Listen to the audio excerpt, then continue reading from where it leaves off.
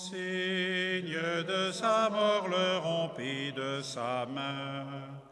Ma vie, nul ne la prend, mais c'est moi qui la donne, afin de racheter tous mes frères humains.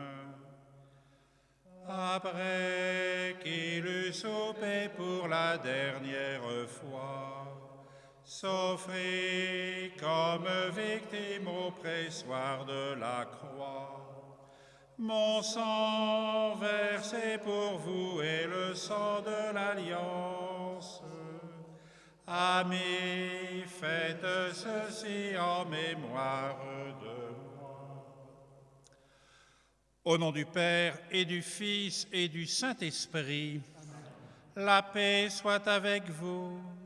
Et avec votre esprit. Frères et sœurs, nous venons de chanter « Amis, faites ceci en mémoire de moi ». Soyez tous les bienvenus qui nous rejoignez par les réseaux sociaux, par la radio, en cette chapelle de l'Évêché. Alors certes, nous sommes dans des circonstances particulières pour célébrer cette messe du Jeudi Saint, l'institution de l'Eucharistie, du ministère ordonné, et aussi où Jésus nous montre jusqu'où va son amour. Il se fait serviteur en lavant les pieds de ses disciples. Alors, là où nous sommes, célébrons dans la joie ce début de notre Semaine Sainte. Portons dans notre prière tous ceux et celles qui sont malades. Je pense aussi à toutes les familles en deuil, et Dieu sait si notre département a été touché par les décès. Prenons dans notre prière, oui, toutes les intentions qui habitent notre cœur, et même au cours de cette soirée et demain, de les présenter avec confiance au Seigneur. Et au début de cette Eucharistie, demandons au Seigneur de venir pardonner ce qui dans nos vies est péché. Je confesse à Dieu Tout-Puissant, je reconnais devant mes frères que j'ai péché en pensée, en parole, par action et par omission. Oui, j'ai vraiment péché. C'est pourquoi je supplie la Vierge Marie, les anges et tous les saints, et vous aussi, mes frères, de prier pour moi, le Seigneur notre Dieu. Que Dieu Tout-Puissant nous fasse miséricorde, qu'il nous pardonne nos péchés et nous conduise à la vie éternelle. Seigneur, prends pitié. Seigneur, prends pitié. Ô Christ, prends pitié. Ô Christ, prends pitié. Seigneur, prends pitié. Seigneur, prends pitié. Gloria, Gloria, in excelsis Deo. Gloria, Gloria, in excelsis Deo. Et paix sur la terre aux hommes qui l'aiment. Nous te louons, nous te bénissons, nous t'adorons. Nous te glorifions, nous te rendons grâce pour ton immense gloire.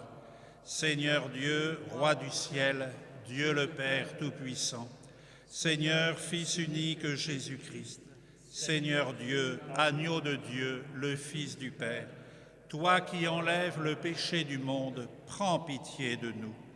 Toi qui enlèves le péché du monde, reçois notre prière. Toi qui es assis à la droite du Père, prends pitié de nous, car toi seul es saint, toi seul es Seigneur, toi seul es le Très-Haut Jésus-Christ, avec le Saint-Esprit, dans la gloire de Dieu le Père. Amen. Gloria, Gloria, in excelsis Deo. Gloria, Gloria, in excelsis Deo. Prions le Seigneur. Tu nous appelles, Dieu notre Père, à célébrer ce soir la très sainte scène, où ton Fils unique, avant de se livrer lui-même à la mort, a voulu remettre à son Église le sacrifice nouveau de l'alliance éternelle. Fais que nous recevions de ce repas, qui est le sacrement de son amour, la charité et la vie. Par Jésus-Christ, ton Fils, notre Seigneur et notre Dieu, qui règne avec toi et le Saint-Esprit, maintenant et pour les siècles des siècles. Amen.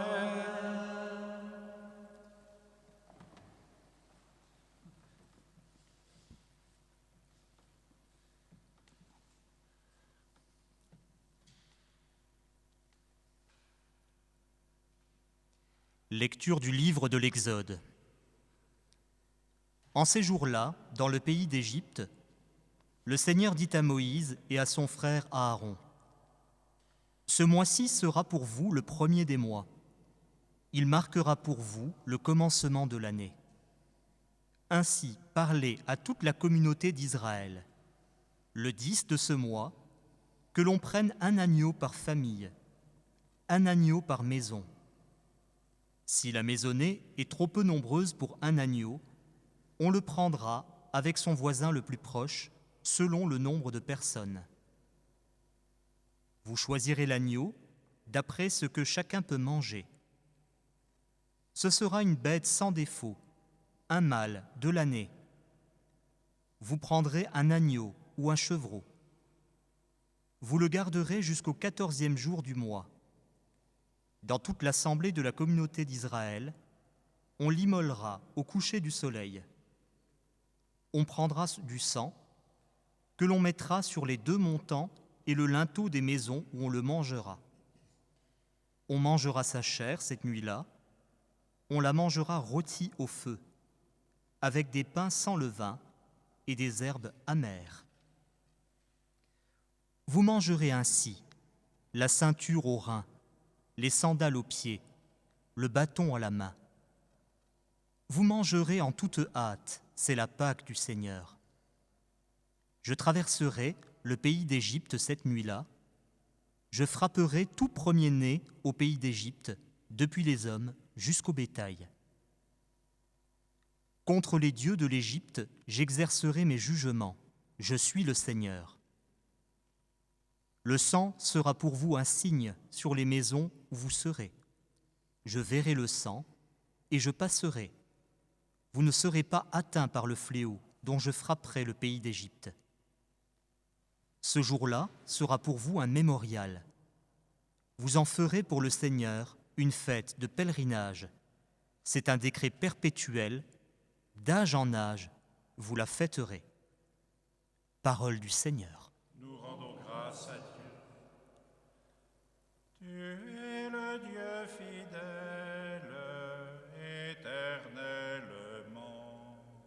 Tu es le Dieu fidèle, éternellement. Comment rendrai-je au Seigneur tout le bien qu'il m'a fait? J'élèverai la coupe du salut. J'invoquerai le nom du Seigneur. Tu es le Dieu fidèle, éternellement. Il en coûte au Seigneur de voir mourir les siens. Ne suis-je pas, Seigneur, ton serviteur, moi dont tu brisas les chaînes? Tu es le Dieu fidèle, éternellement. Je t'offrirai le sacrifice d'action de grâce. J'invoquerai le nom du Seigneur. Je tiendrai mes promesses au Seigneur, oui, devant tout son peuple. Tu es le Dieu fidèle, éternellement.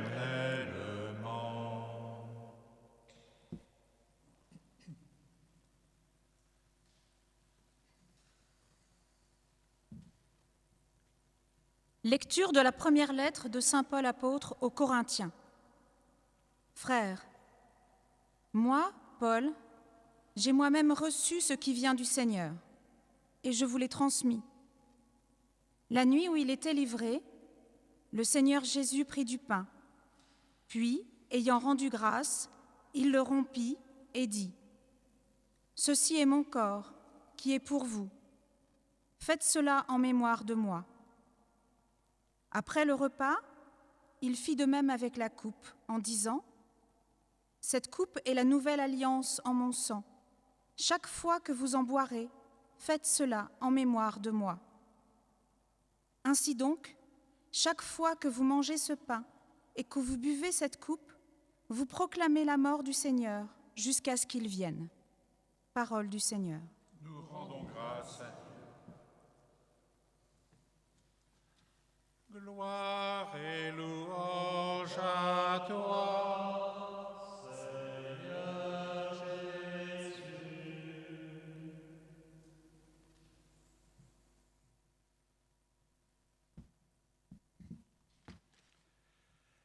Je vous donne un commandement nouveau, dit le Seigneur.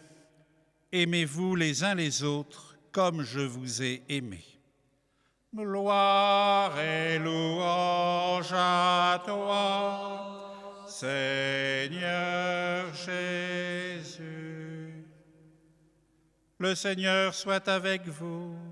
Et avec votre esprit. Évangile de Jésus-Christ selon saint Jean. Gloire à toi, Seigneur. Avant la fête de la Pâque, sachant que l'heure était venue pour lui de passer de ce monde à son Père, Jésus, ayant aimé les siens qui étaient dans le monde, les aima jusqu'au bout. Au cours du repas, alors que le diable a déjà mis dans le cœur de Judas, fils de Simon l'Iscariote, l'intention de le livrer, Jésus, sachant que le Père a tout remis entre ses mains, qu'il est sorti de Dieu et qu'il s'en va vers Dieu, se lève de table, dépose son vêtement et prend un linge qu'il se noue à la ceinture. Puis il verse de l'eau dans un bassin. Alors, il se mit à laver les pieds des disciples et à les essuyer avec le linge qu'il avait à la ceinture. Il arrive donc à Simon-Pierre qui lui dit : « C'est toi, Seigneur, qui me laves les pieds ?» Jésus lui répondit : « Ce que je veux faire, tu ne le sais pas maintenant. Plus tard, tu comprendras. » Pierre lui dit : « Tu ne me laveras pas les pieds, non jamais. » Jésus lui répondit : « Si je ne te lave pas, tu n'auras pas de part avec moi. » Simon-Pierre lui dit : « Alors, Seigneur, pas seulement les pieds, mais aussi les mains et la tête. » Jésus lui dit : « Quand on vient de prendre un bain, on n'a pas besoin de se laver sinon les pieds, on est pur tout entier. Vous-même, vous êtes purs, mais non pas tous. » Il savait bien qui allait le livrer, et c'est pourquoi il disait : « Vous n'êtes pas tous purs. » Quand il leur eut lavé les pieds, il reprit son vêtement, se remit à table et leur dit : « Comprenez-vous ce que je viens de faire pour vous ? Vous m'appelez Maître et Seigneur, et vous avez raison, car vraiment je le suis. Si donc moi, le Seigneur et le Maître, je vous ai lavé les pieds, vous aussi, vous devez vous laver les pieds les uns aux autres. C'est un exemple que je vous ai donné, afin que vous fassiez vous aussi comme j'ai fait pour vous. » Acclamons la parole de Dieu. Louange à toi, Seigneur Jésus.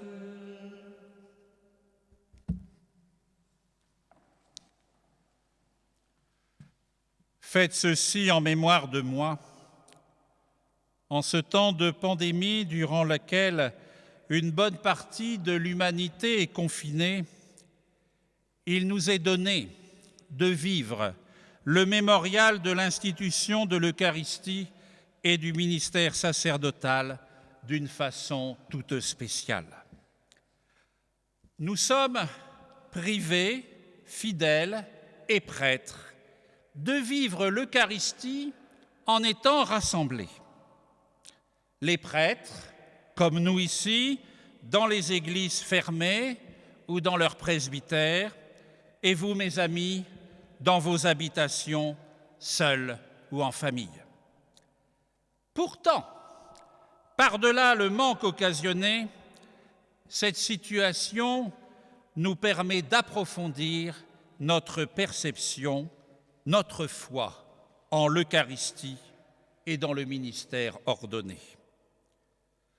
Profitant des longues journées qui nous sont offertes, j'ai relu ces jours derniers des ouvrages de théologie, de spiritualité sur l'Eucharistie et, surprise, tous dissertent comme si nous aurions toujours à notre disposition l'Eucharistie dans une certaine proximité, et si cela devient difficile, de se rassembler pour la messe ou pour des assemblées de liturgie de la parole.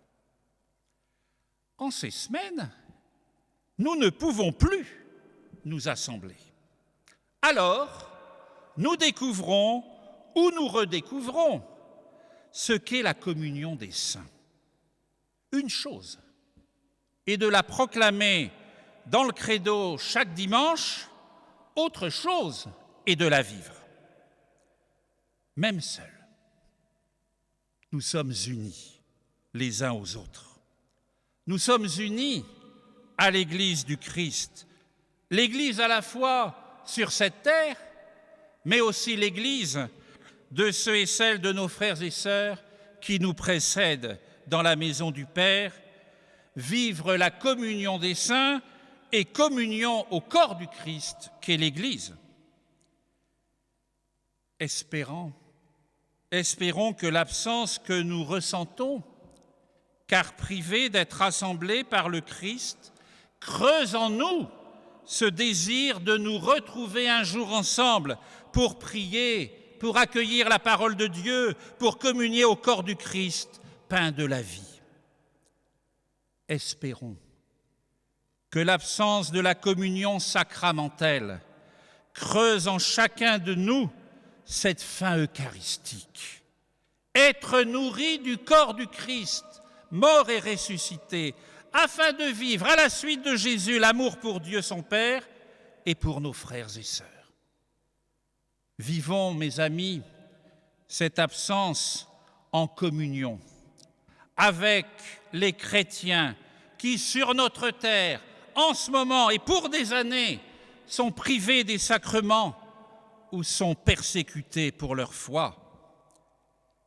Il est instructif en ces temps de relire l'histoire, entre autres, des chrétiens du Japon ou de Corée, qui, durant 3 siècles, n'avaient plus de prêtres, donc plus d'Eucharistie, plus de sacrement de réconciliation. Ils sont restés fidèles et de génération en génération ont transmis la foi.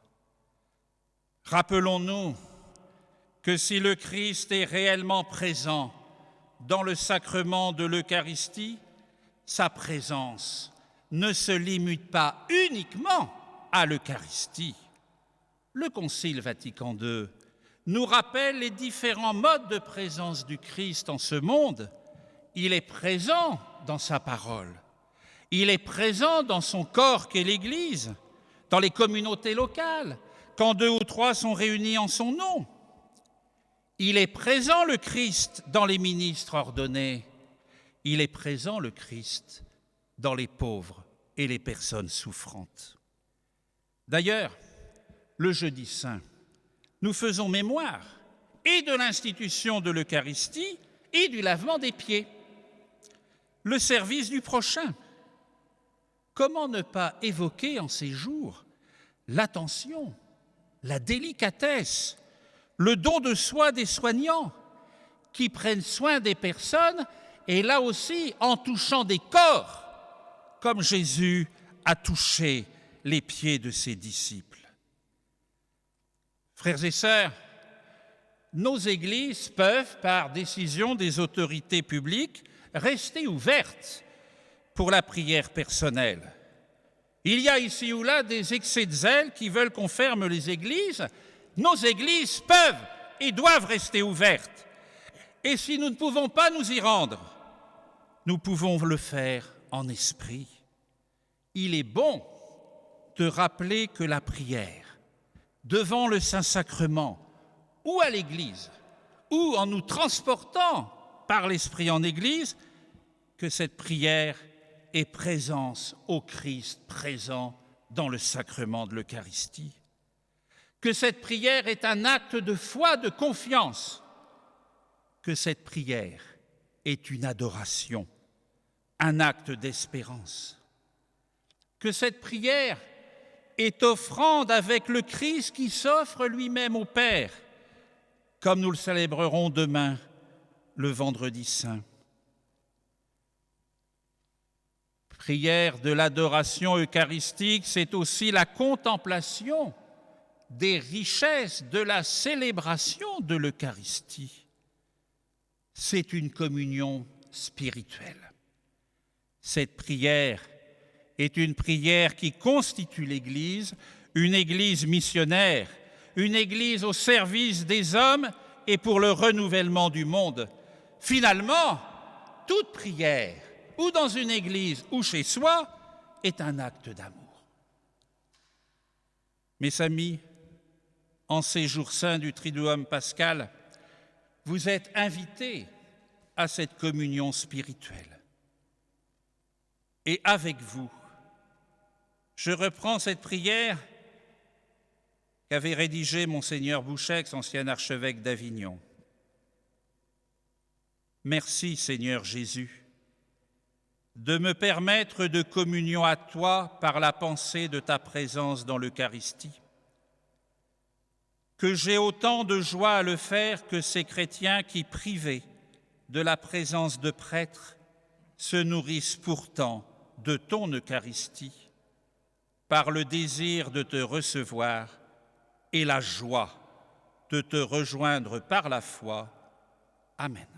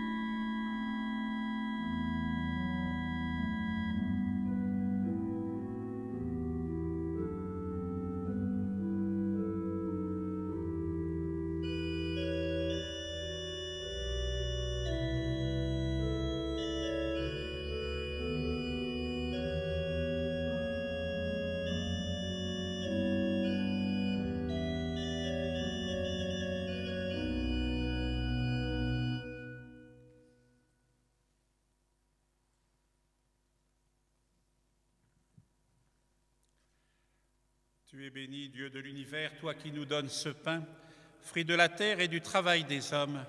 Nous te le présentons, il deviendra le pain de la vie. Béni soit Dieu maintenant.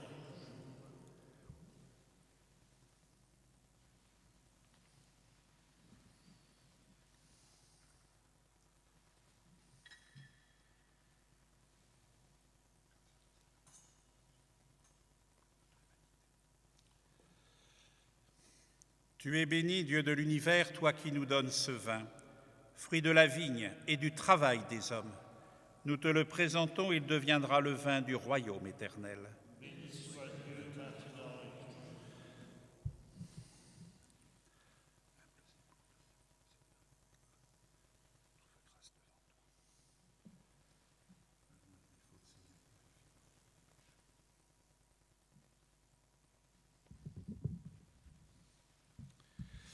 Prions ensemble au moment d'offrir le sacrifice de toute l'Église. Pour la gloire de Dieu, Seigneur, accorde-nous la grâce de vraiment participer à cette Eucharistie, car chaque fois qu'est célébré ce sacrifice en mémorial, c'est l'œuvre de notre rédemption qui s'accomplit par Jésus le Christ, notre Seigneur.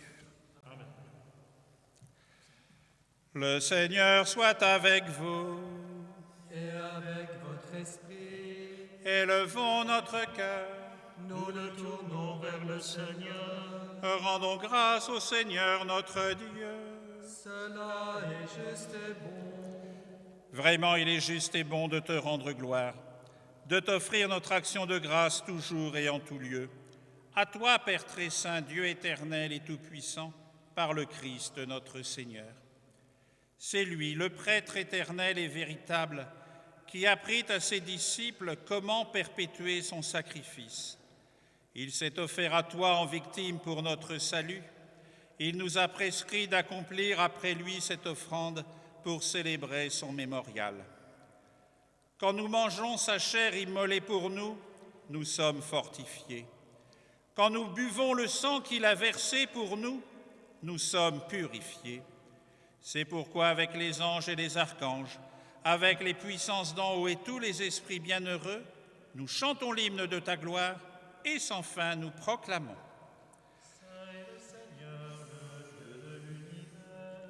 Hosanna au plus haut des cieux.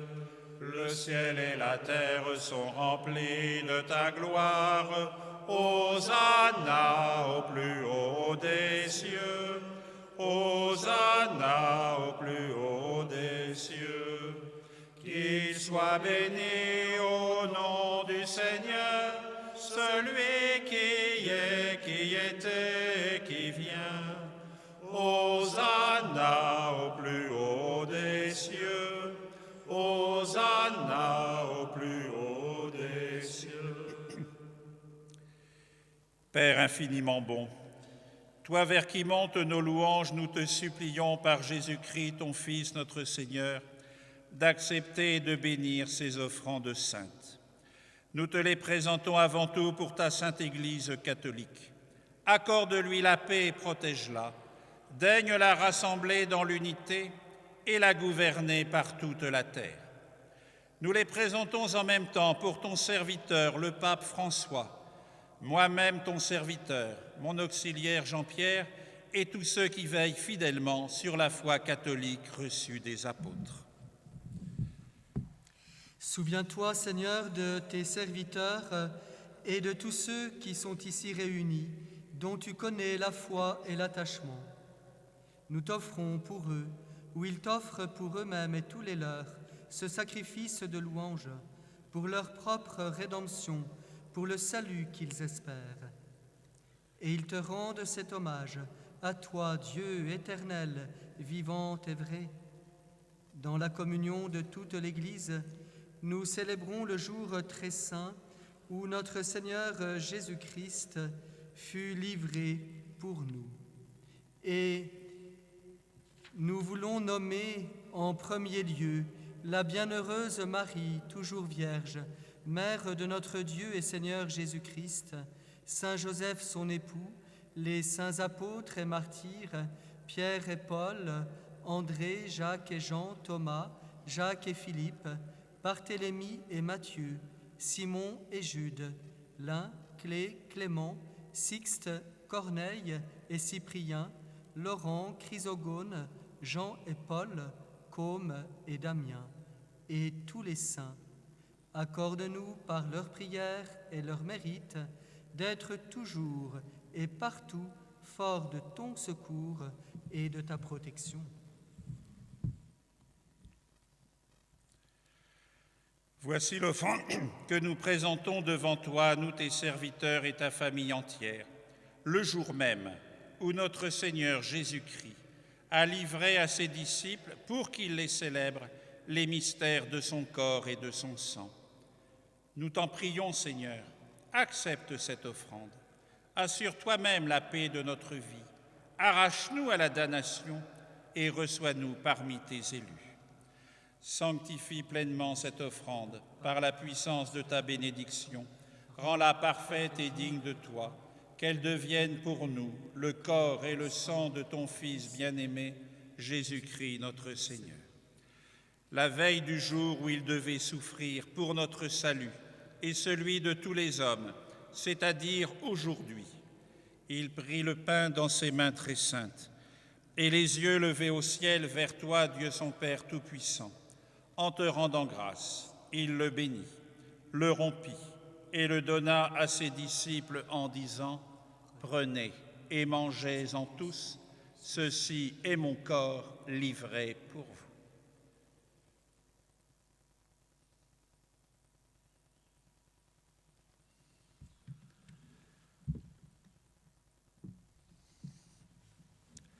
De même, à la fin du repas, il prit dans ses mains cette coupe incomparable, et te rendant grâce à nouveau, il la bénit, et la donna à ses disciples en disant : « Prenez et buvez-en tous, car ceci est la coupe de mon sang, le sang de l'alliance nouvelle et éternelle, qui sera versé pour vous et pour la multitude, en rémission des péchés. Vous ferez cela en mémoire de moi. »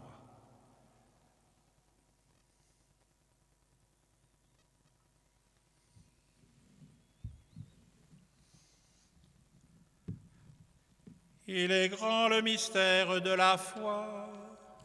Nous proclamons ta mort, Seigneur Jésus. Nous célébrons ta résurrection. Nous attendons ta venue dans la gloire. C'est pourquoi nous aussi, tes serviteurs et ton peuple saint avec nous, faisant mémoire de la passion bienheureuse de ton Fils, Jésus-Christ notre Seigneur, de sa résurrection du séjour des morts et de sa glorieuse ascension dans le ciel, nous te présentons, Dieu de gloire et de majesté, cette offrande prélevée sur les biens que tu nous donnes, le sacrifice pur et saint, le sacrifice parfait, pain de la vie éternelle et coupe du salut. Et comme il t'a plu d'accueillir les présents d'Abel le juste, le sacrifice de notre père Abraham et celui que t'offrit Melchisédek, ton grand prêtre, en signe du sacrifice parfait, regarde cette offrande avec amour et dans ta bienveillance, accepte-la. Nous t'en supplions, Dieu Tout-Puissant, qu'elle soit portée par ton ange en présence de ta gloire sur ton autel céleste, afin qu'en recevant ici, par notre communion à l'autel, le corps et le sang de ton Fils, nous soyons comblés de ta grâce et de tes bénédictions. Souviens-toi de tes serviteurs qui nous ont précédés, marqués du signe de la foi et qui dorment dans la paix.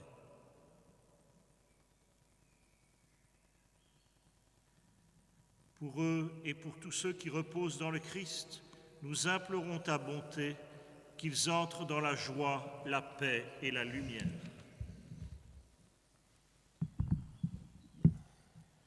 Et nous, pécheurs, qui mettons notre espérance en ta miséricorde inépuisable, admets-nous dans la communauté des bienheureux apôtres et martyrs, de Jean-Baptiste, Étienne, Matthias et Barnabé, Ignace, Alexandre, Marcelin et Pierre, Félicité et Perpétue, Agathe, Lucie, Agnès, Cécile, Anastasie et de tous les saints. Accueille-nous dans leur compagnie, sans nous juger sur le mérite, mais en accordant ton pardon par Jésus-Christ, notre Seigneur. C'est par lui que tu ne cesses de créer tous ces biens, que tu les bénis, leur donnes la vie, les sanctifies et nous en fais le don. Par lui, avec lui et en lui. Amen. À toi, Dieu le Père Tout-Puissant, dans l'unité du Saint-Esprit. Amen.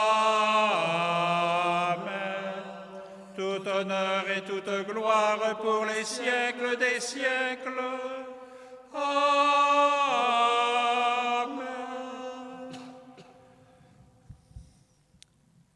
Frères et sœurs, unis par le même esprit, fidèles à la parole de Jésus, nous pouvons dire à Dieu, notre Père, qui es aux cieux, que ton nom soit sanctifié, que ton règne vienne, que ta volonté soit faite sur la terre comme au ciel. Donne-nous aujourd'hui notre pain de ce jour. Pardonne-nous nos offenses, comme nous pardonnons aussi à ceux qui nous ont offensés. Et ne nous laisse pas entrer en tentation, mais délivre-nous du mal. Délivre-nous de tout mal, Seigneur, et donne la paix à notre temps. Par ta miséricorde, libère-nous du péché. Rassure-nous devant les épreuves. En cette vie où nous espérons le bonheur que tu promets et l'avènement de Jésus-Christ, notre Sauveur.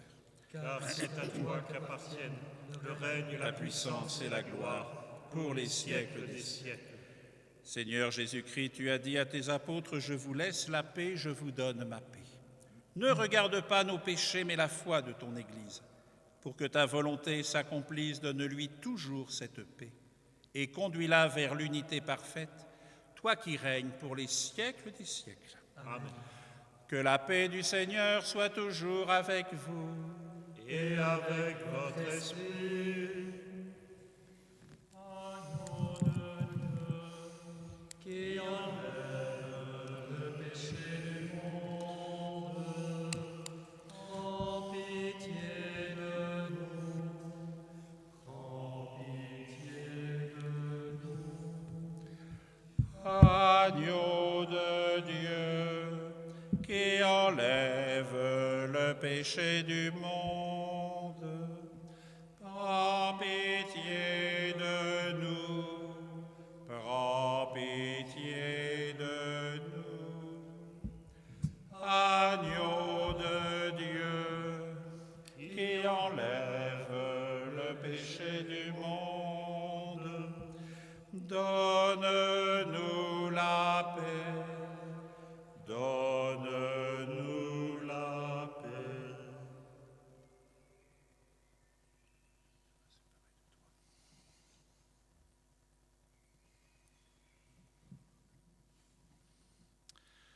Heureux les invités au repas du Seigneur, voici l'agneau de Dieu qui enlève le péché du monde. Seigneur, je ne suis pas digne de te recevoir, mais dis seulement une parole et je serai guéri. Que le corps et sang du Christ nous gardent pour la vie éternelle. Amen.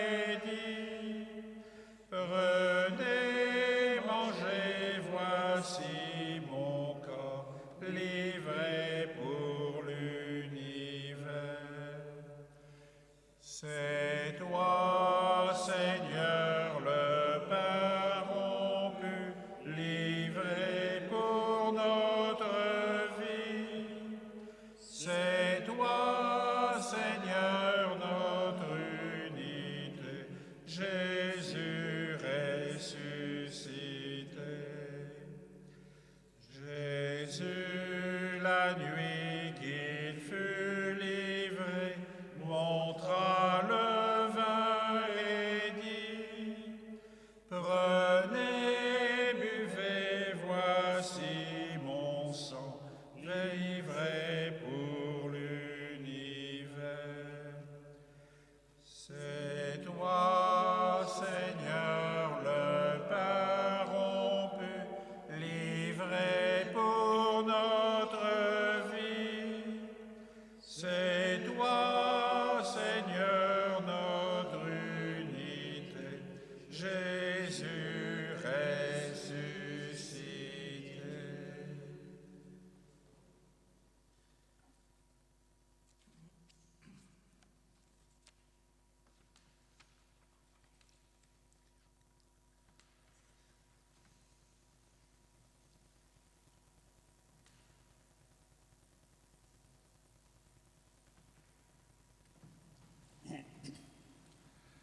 Prions. Nous avons repris des forces, Dieu notre Père, en participant ce soir à la scène de ton Fils. Accorde-nous d'être un jour rassasiés à la table de son royaume éternel, lui qui est vivant, pour les siècles des siècles.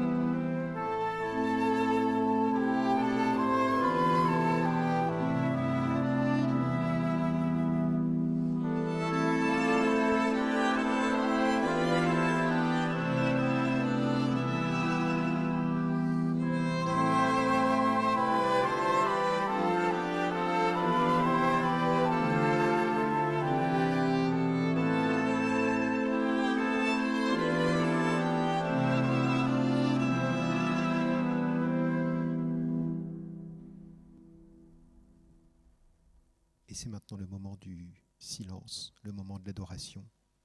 Comme le rappelait Monseigneur Laglaise, ce temps de l'adoration, c'est le temps où nous pouvons aussi approfondir notre foi en l'Eucharistie. Ce moment de l'adoration, c'est un temps de silence, un temps où nous sommes invités à vivre avec le Christ.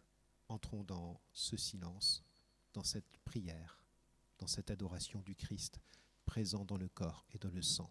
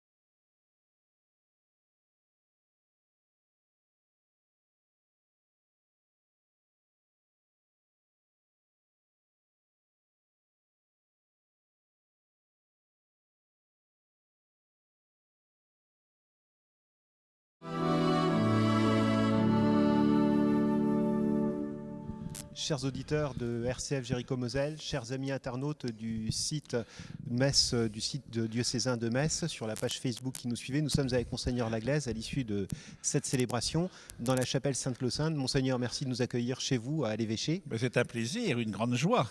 Voilà, Monseigneur, première question toute simple après cette messe que nous venons de célébrer. Quel est votre sentiment après cette célébration du Jeudi Saint dans ces circonstances si particulières ?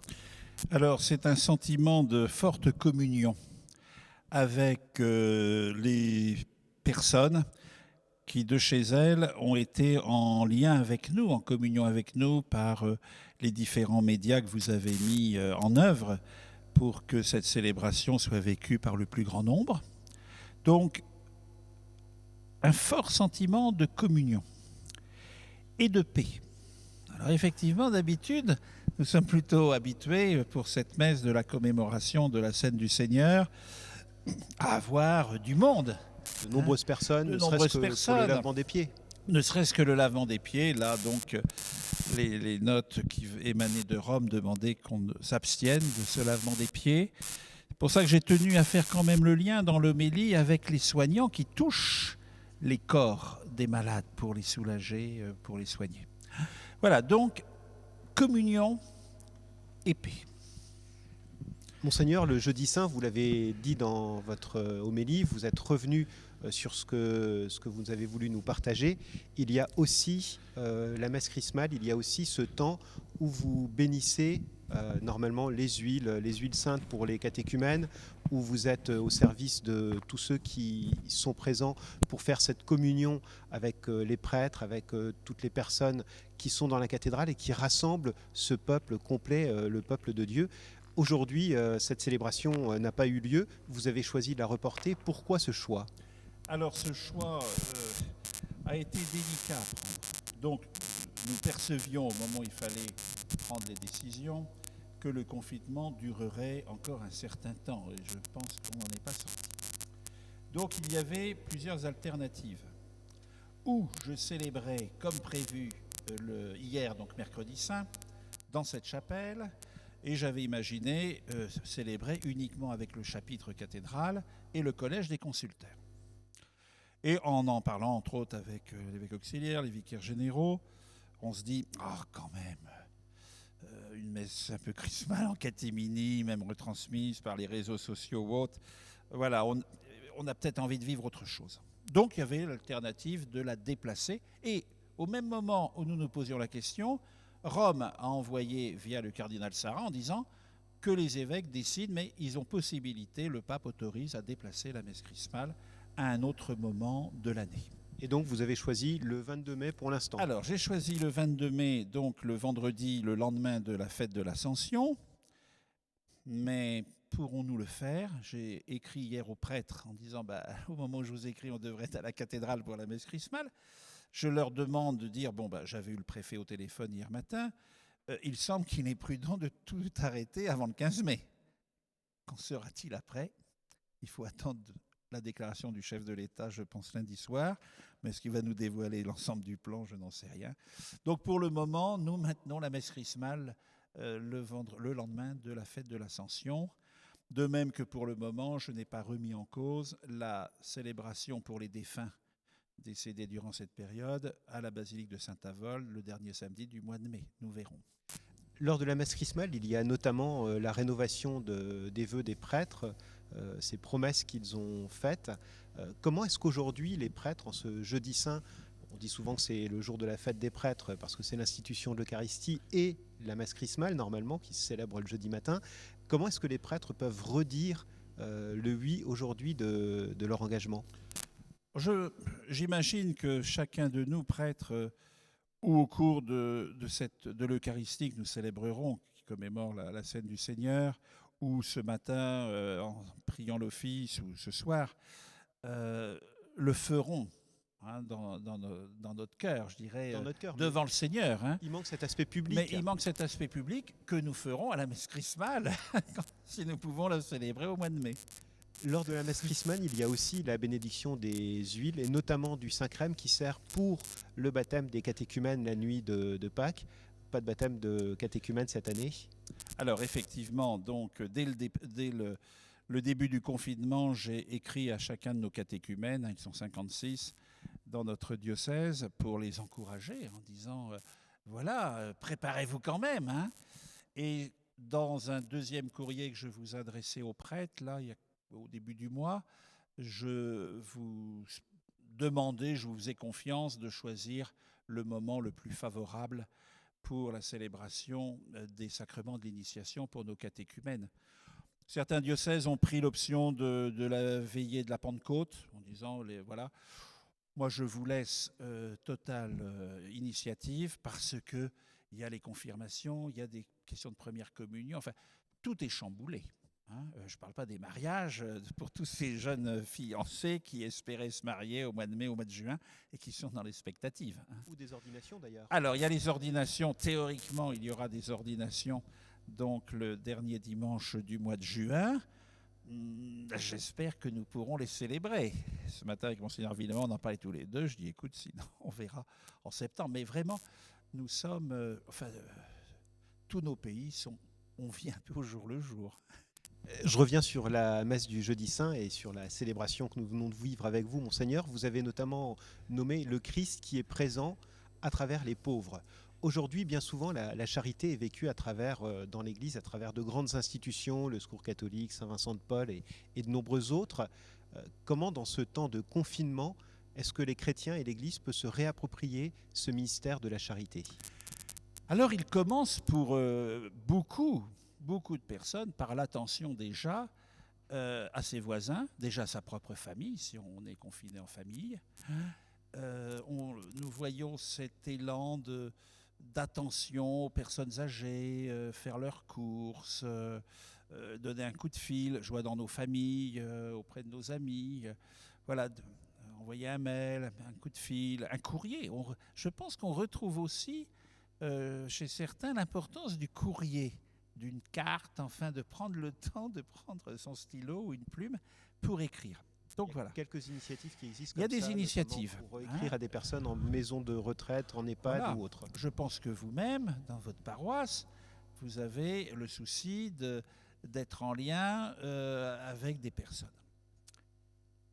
L'autre aspect qui est beaucoup plus délicat, et le Secours catholique a alerté, c'est que le confinement, pour les personnes qui ont un chez eux,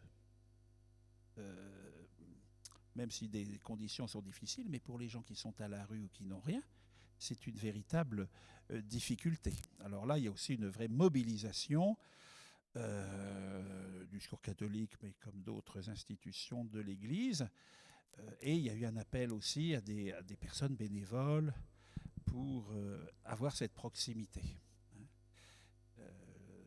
Ça, c'est une question extrêmement délicate pour les personnes. D'ailleurs, bon, on ne sort pas beaucoup, puisqu'on sort quand même pour faire des courses. On voit quasi... il n'y a plus personne dans les rues, puisqu'il n'y a plus personne qui passe. Les rues sont vides. Mais voilà, on retrouve plein de gestes d'attention qui sont des gestes qui sont normaux, mais tout d'un coup, ça devient extraordinaire. Une manière aussi de manifester cette solidarité, c'est à 20h, là, enfin ici, alors un peu avant, quand les cloches se mettent à sonner, enfin elles vont s'arrêter pour demain et samedi, mais c'est ces applaudissements pour les soignants. Je voyais sur une des bornes pour mettre les ordures ménagères ou tout ça, des enfants ont fait des dessins, merci aux éboueurs, enfin voilà. Il y a de nombreuses marques et témoignages de sympathie oui. aussi pour ceux qui sont au service de tous ces plus pauvres et y compris de nous tous. La question c'est, est-ce que ça va durer ? Alors justement, en parlant de durée, là pour l'instant, pour les chrétiens, c'est le manque. C'est le manque de l'Eucharistie notamment. Plusieurs personnes qui disent que l'Eucharistie leur manque, la communion. Aujourd'hui, c'est le jour où le Christ, on a commémoré cette institution de l'Eucharistie. Comment est-ce qu'on peut donner du sens à cette messe alors que de nombreux fidèles, tous les fidèles même, ne communient pas ? Alors j'ai essayé de l'aborder un peu dans l'homélie tout à l'heure, sur cette communion spirituelle. Et aussi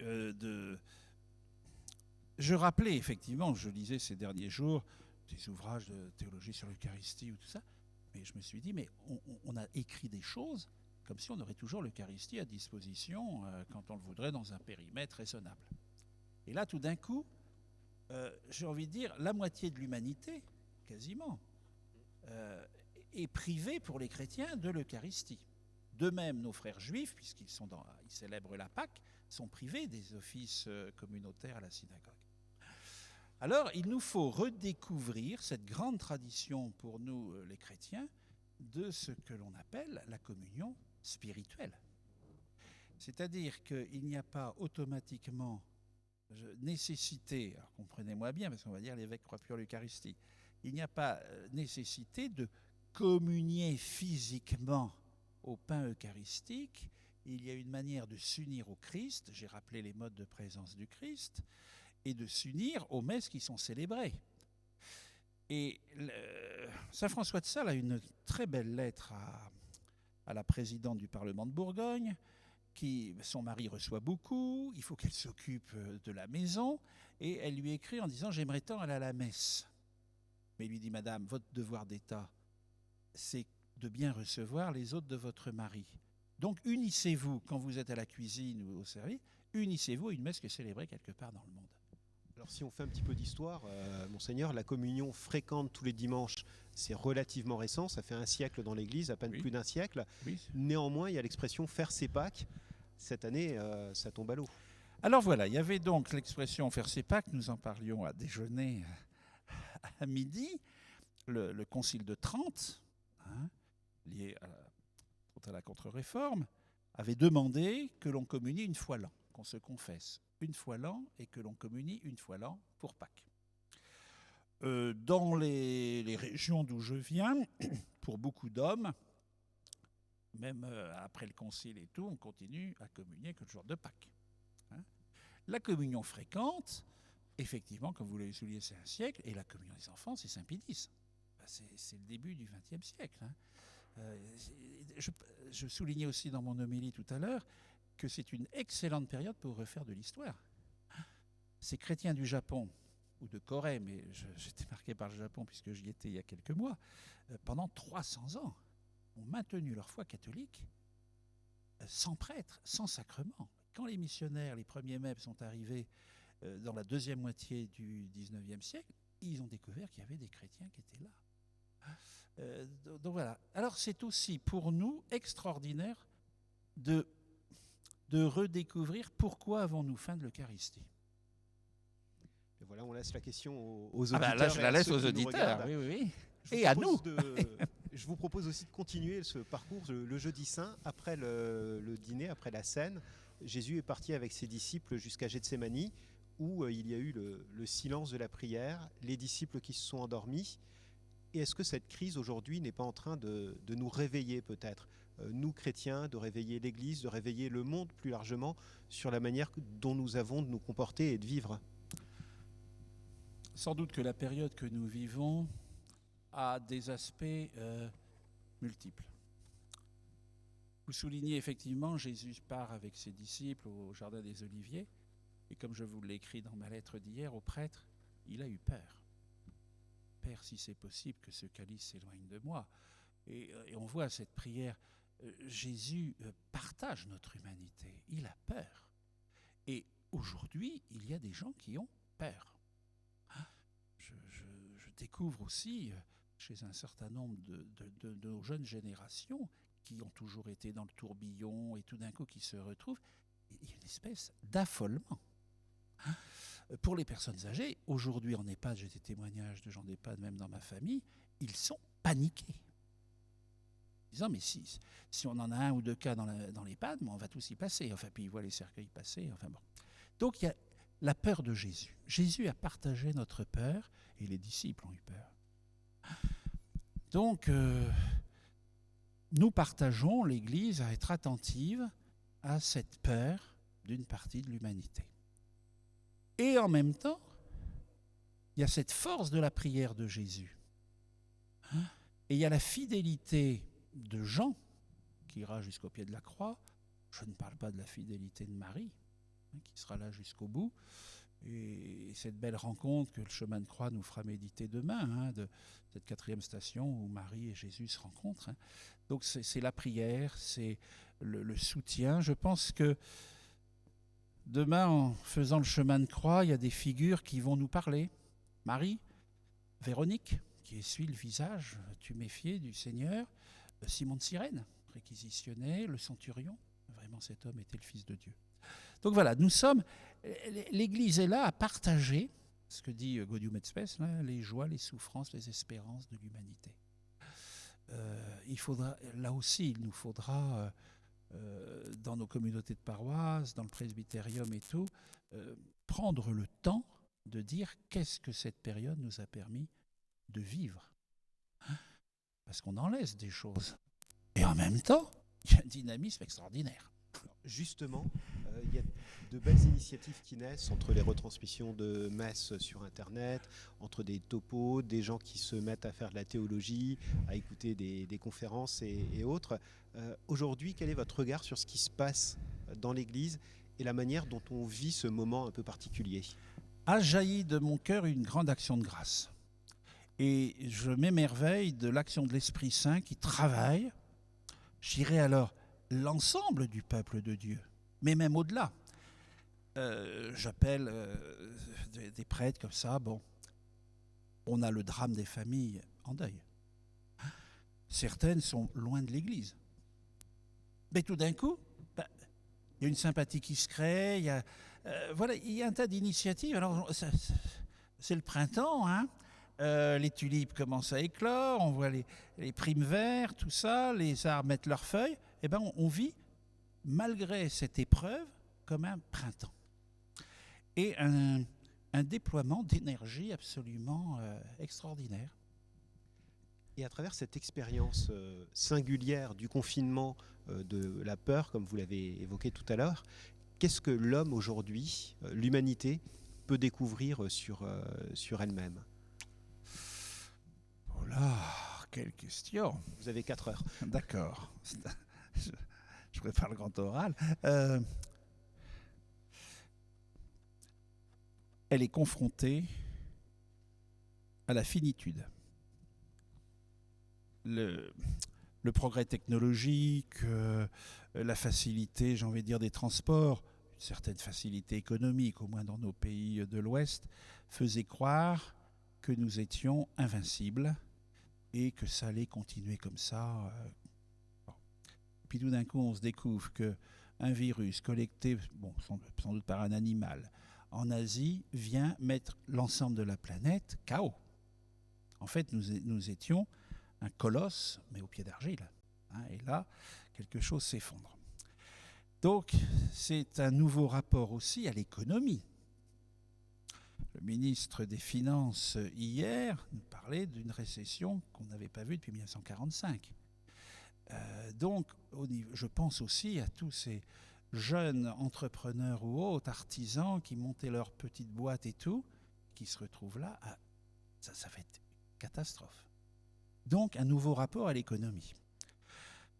Si vous saviez comme je suis heureux de revoir des oiseaux dans le jardin de l'évêché. Ce matin, je priais les lots dans le jardin et je voyais des moineaux, des merles qui commencent à faire leur nid. Je m'émerveillais parce que je n'en voyais plus depuis 2 ans et demi. La nature. En 3 semaines. En 3 semaines. Le calme. De ne plus entendre de voiture, ni d'avion, ni tout ça. Voilà, donc un rapport nouveau à la nature et sans doute à la simplicité de vie. Parce que le confinement nous empêche quand même de consommer, j'ai envie de dire, pour ceux qui ont les moyens, à gogo, là, on revient à des choses un peu basiques. Et sans doute que cette période retisse aussi les liens familiaux. Alors, il y a des familles, ça doit être facile d'être confiné. Il y en a d'autres, ça doit être terrible. Il suffit de voir l'augmentation des violences dans les ménages ou tout ça, tenir des grands ados voilà, dans des petits espaces. Enfin, donc, et puis cette attention, on le soulignait tout à l'heure, de reprendre des nouvelles des grands-parents. Voilà, il y a tout un réseau d'humanité qui se retisse.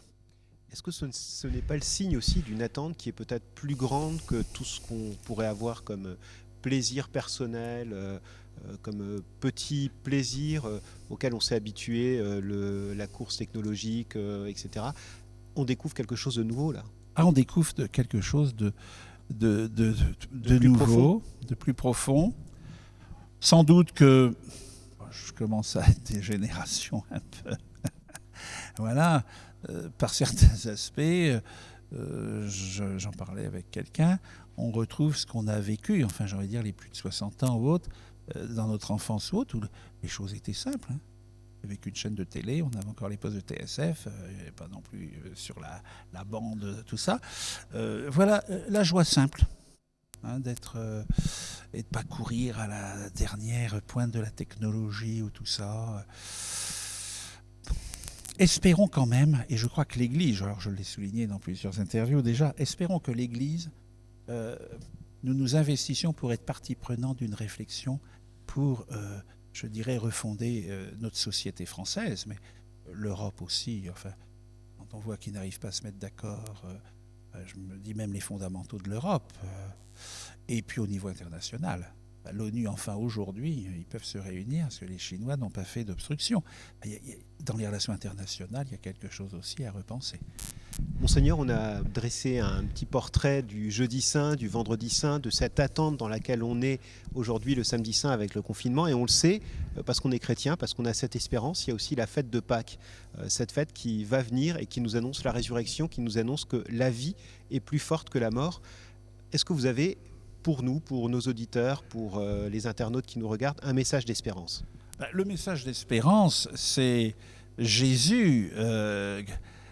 quand les disciples sont dans la barque agitée, ils voient une espèce de fantôme, ils ne savent pas, puis il y en a un qui dit ça doit être le Seigneur, et lui leur dit confiance, c'est moi, n'ayez pas peur. Ce qu'il redira après la résurrection, confiance.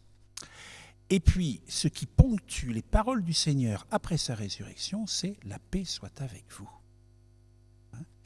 Et donc, c'est à travers les épreuves, là aussi, notre humanité en a traversé des épreuves.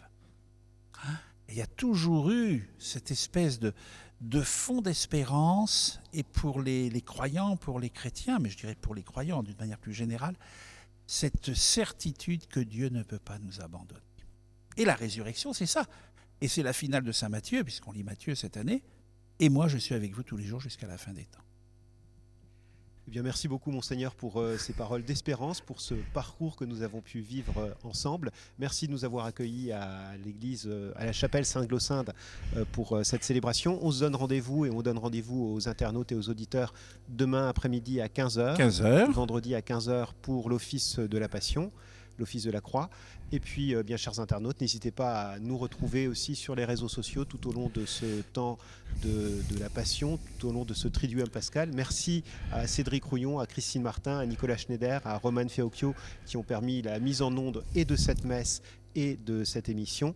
Et merci à tous et à toutes. Comme on le dit bien souvent, Monseigneur, je vous laisse terminer. Restez chez vous. Alors restons chez nous, et je vous remercie aussi toute l'équipe là de donner de votre temps pour ces retransmissions qui permettent à sans doute un nombre important de personnes de pouvoir vivre ce Triduum Pascal ensemble. Merci beaucoup, Monseigneur, et à demain. À demain.